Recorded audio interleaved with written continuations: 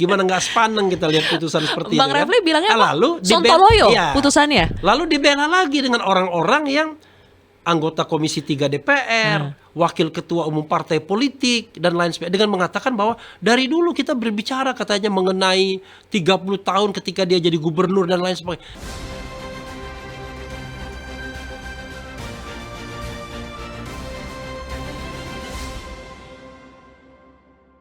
Tadinya Bang Refli Harun ini mau kita julukin si paling Anies, tapi katanya bukan. Saya bukan tidak merujuk pada satu orang, value-nya bukan ke orang ya. Tapi maunya dijulukin sebagai si paling oposisi. Tapi aku pengen tanya dulu, kenapa tidak si paling Anies, Bang Refli? Saya itu value yang saya bela. Jadi sepanjang Anda memegang value tersebut, maka saya akan membela. Tetapi kalau Anda tidak pegang value itu, maka Anda tidak akan saya bela. Nah, value itu remains, ya kan? Tetapi orang bisa berubah. Jadi kalau misalnya value yang kita ingin perjuangkan itu demokratisasi misalnya, penegakan hak asasi manusia, pemberantasan korupsi, tegaknya konstitusi, itu 4 tema yang selalu saya gaungkan. Maka subjek pengemban tema itu kan bisa berubah, tapi nilainya tetap. Jadi suatu hari kalau value Mas Anies beda dengan value yang diyakini oleh Bang Refli, ya bisa beda jalan. Sama Anies. Contoh misalnya, paling langsung dia ngekick. Kalau dia gandeng Kaisang, pasti saya tidak mendukung. Kan sederhana kan? Mungkin nggak terjadi duet Anies Kaisang di Pilkada Jakarta? Mungkin saja. Dalam pengertian mungkin kalau orang melihat kekuasaan itu sekedar bagaimana memenangkan pertarungan. Pertarungan itu sekedar memenangkan kekuasaan. Jadi kalau misalnya orang mau menang kekuasaan dengan politik gentong babi lagi, saya bilang segentong-gentongnya sebabi-babinya gitu, maka bisa saja. Kan ada relawan yang sudah menggaungkan pasangan Anies Kaisang. Nggak mungkin Kaisang Anies ya, Anies Kaisang, karena mantan gubernur tidak boleh menjadi wakil gubernur ya. Jadi kalau dipasangkan dengan siapapun, Anies pasti harus menjadi calon gubernur kan begitu. Nah itu sudah ada. Nah orang seperti itu saya kira hanya melihat bahwa politik itu hanya soal menang dan kalah, bukan soal value, bukan soal nilai. Gitu. Jadi kalau Anies berpasangan sama Kaisang di Pilkada Jakarta, Bang Refli bubar ya, nggak dukung Anies lagi ya? Pasti nggak dukung. Pasti itu ya Bang? Ya pasti nggak dukung. Nanti saya akan lihat ada nggak calon yang mengemban Memang ada value. apa dengan Kaisangnya? Kan saya bilang value kan.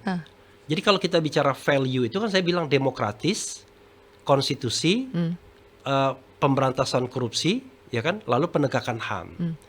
Problemnya adalah yang kelima ada sih rule of law. Tapi kok itu rule of law bisa juga konstitusi karena rule of law bagian dari konstitusi.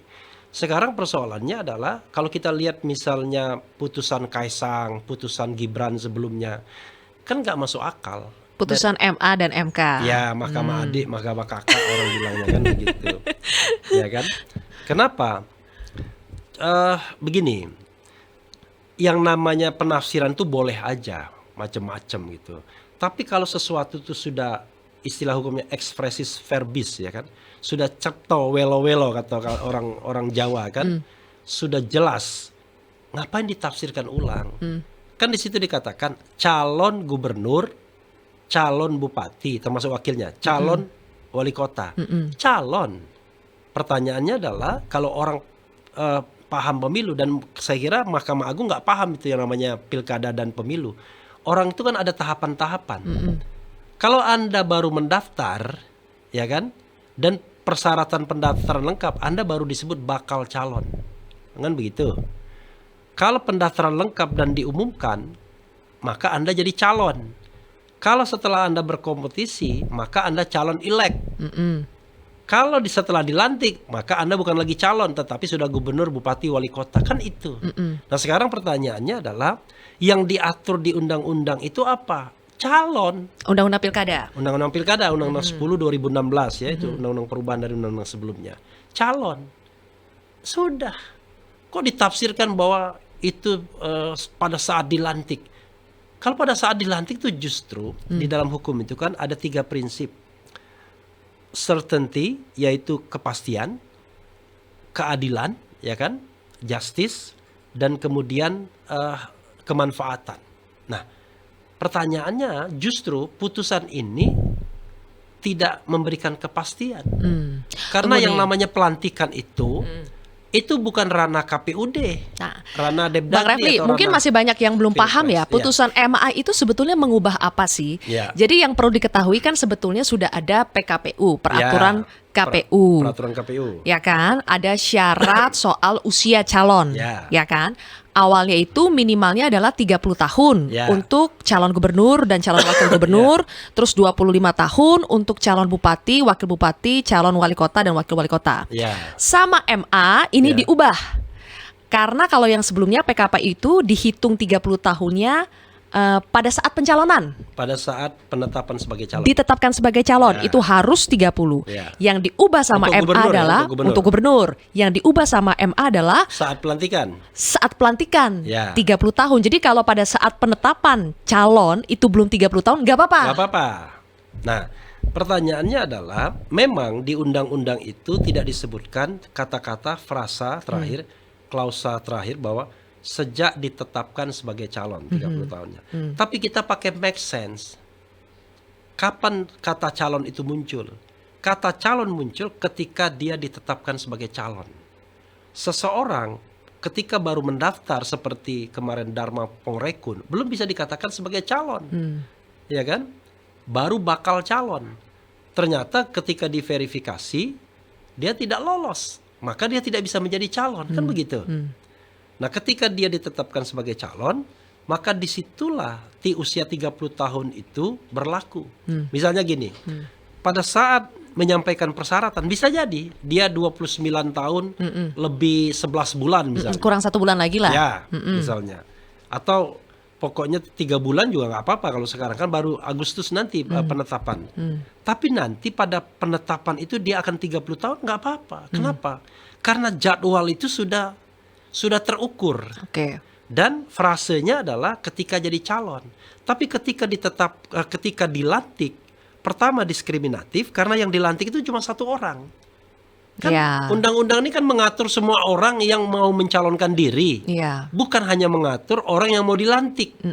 Kan dari situ saja kita yang belajar hukum jadi pusing kepala kita kan. Gimana nggak sepaneng kita lihat putusan seperti Bang itu kan. Refli bilangnya apa? Lalu Sontoloyo iya. putusannya. Lalu dibela lagi dengan orang-orang yang anggota Komisi 3 DPR, wakil ketua umum partai politik dan lain sebagainya, dengan mengatakan bahwa dari dulu kita berbicara katanya mengenai 30 tahun ketika dia jadi gubernur dan lain sebagainya. Ya itu pembicaraan, maksudnya memang kita punya standar bahwa ketika dia gubernur dia sudah berusia 30 tahun kan begitu. Iya, tapi hitungannya pada saat dia jadi calon. Kenapa begitu? Karena kan sebenarnya usia ini dianggap usia matang. Oke. Ya kan? Nah, ketika dia calon, dia sudah muncul kewajiban-kewajiban untuk berdebat, untuk berkampanye, untuk berjanji. Oke. Siapa bilang yang dihitung cuma ketika jadi gubernurnya saja? Ya kan? Karena itu harus orang dewasa yang berjanji itu. Yang dianggap dewasa Iya. menurut undang-undang, kan Oke. menurut undang-undang, bupati 25 tahun, kemudian gubernur 30 tahun, Oke. presiden 40 tahun. Itulah tataran atau ukuran dewasa menurut undang-undang. Terus memangnya harus berlaku Pilkada 2024 ini juga ya? Nah, Bang itulah Refli? sontoloyonya. Belum apa-apa, Bawaslu yang saya tengarai lebih aparat kekuasaan dibandingkan aparat pemilu yang jujur dan adil, demikian juga KPU, tidak mengatakan kami tidak bisa menerapkan putusan ini. Harusnya kan dia bilang begitu. Kenapa? Karena tahapan kan sudah berlangsung dengan calon independen. Artinya, kalau putusan ini diberlakukan, maka calon independen yang sudah mendaftar duluan dirugikan. Siapa tahu ada calon independen yang belum 30 tapi nanti pelantikan akan 30 misalnya. Atau belum 25 tapi pelantikan akan 25. Tetapi dia tidak bisa lagi memanfaatkan ini Ya. karena sudah tutup. Nah, Oke. itulah sebabnya kalau dalam pemilu itu, Anda kalau prosedurnya itu harus clear, ya kan? Jadi kalau misalnya prosedur itu harus jelas, harus clear, harus predictable. Tapi kalau hasil ya unpredictable, kan begitu. Kalau ini enggak hasil predictable, prosedurnya unpredictable, bisa berubah-ubah Di tengah jalan. di tengah jalan. Oke. Nah, itu yang membuat kemudian pertama putusannya salah, kedua tahapan sudah dimulai. Berarti tidak boleh berlaku di Tidak boleh 2024 berlaku. ini Dan seharusnya. menurut saya, ya, KPU itu tidak akan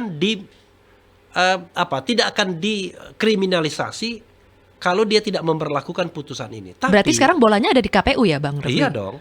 KPUD. Iya. Itu boleh memberlakukan atau tidak memberlakukan. Itu Dia terserah bisa pada saja KPU. melakukan tidak memberlakukan.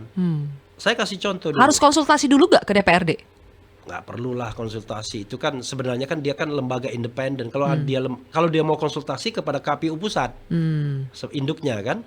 Dulu pernah ada putusan MK mengenai calon pilkada yang boleh calon perseorangan. Itu sekitar tahun 2006 atau 2007 yang Fajrul Rahman pada waktu itu proponen memperjuangkannya.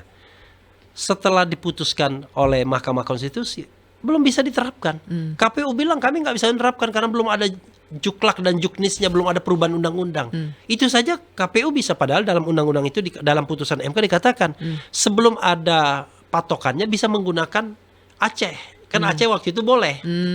Jadi dan di Aceh itu diatur persentase-persentasenya. MK sudah bilang begitu, kata KPU waktu itu. Saya ngomong sama Ramlan Surma, nggak bisa kita karena belum ada perubahan undang-undang. Akhirnya nggak dipakai juga.